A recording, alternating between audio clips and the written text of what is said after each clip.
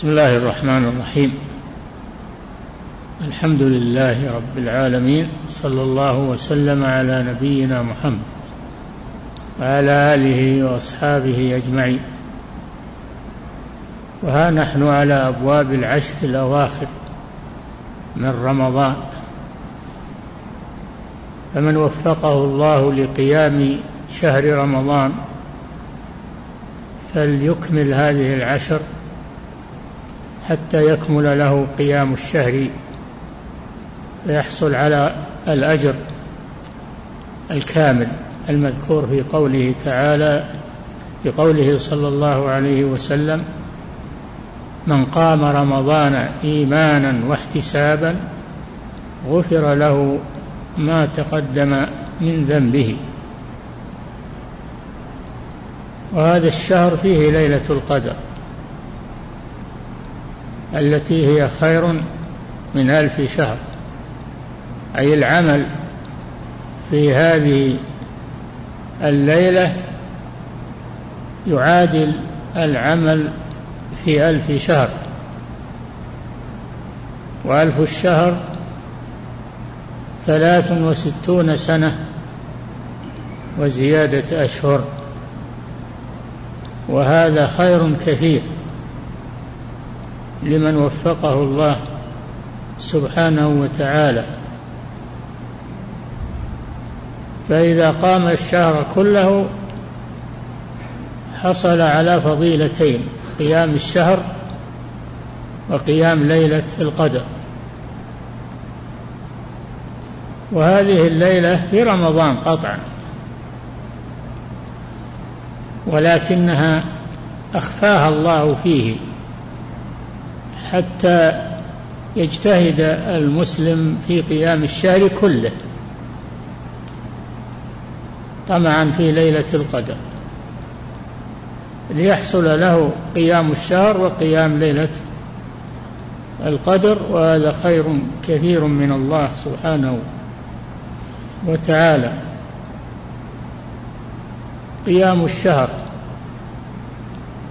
وقيام العشر الأواخر وقيام ليلة القدر كلها فضائل عظيمة، خيرات كثيرة لمن وفقه الله سبحانه وتعالى.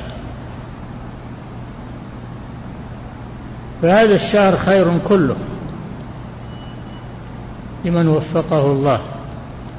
ينادي مناد عند دخوله: يا باغي الخير أقبل، ويا باغي الشر أقصر، أي تأخر واندفع. ولله عتقاء من النار، وذلك في كل ليلة، يعني من ليالي هذا الشهر. الحمد لله، شهر رمضان الذي أنزل فيه القرآن، من فضائله أن الله أنزل فيه القرآن يعني ابتدأ إنزاله فيه، ثم تتابع إنزاله على الرسول صلى الله عليه وسلم إلى آخر حياته عليه الصلاة والسلام.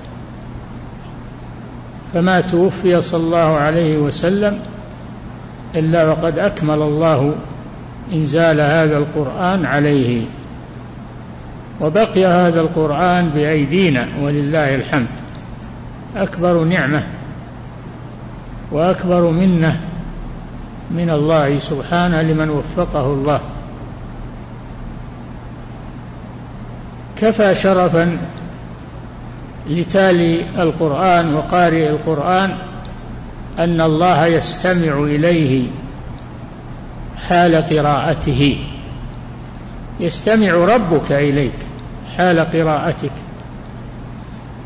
فجمل صوتك بالقرآن وتدبر القرآن.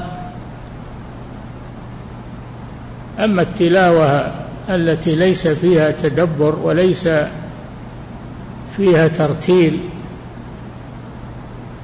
فإنها تلاوة قليلة النفع.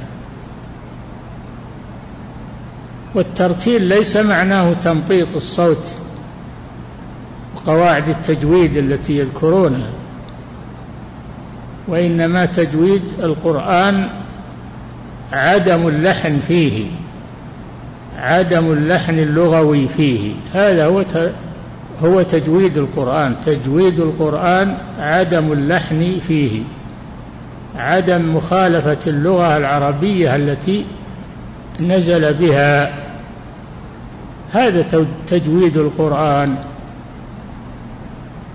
فمن جوده أتقن قراءته على الطريق الذي أنزله الله باللغة العربية الفصحى، فقد جود القرآن. وعلى المسلم أن يقرأ ما تيسر من القرآن كله أو بعضه أو سور منه، يرددها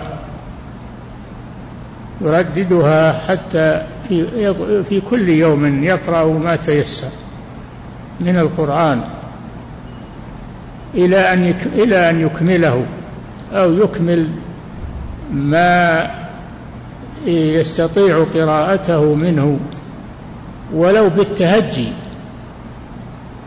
قال صلى الله عليه وسلم: والذي يقرأ القرآن ويتتعتع فيه وهو عليه شاق له أجران: أجر التلاوة وأجر التعب في قراءته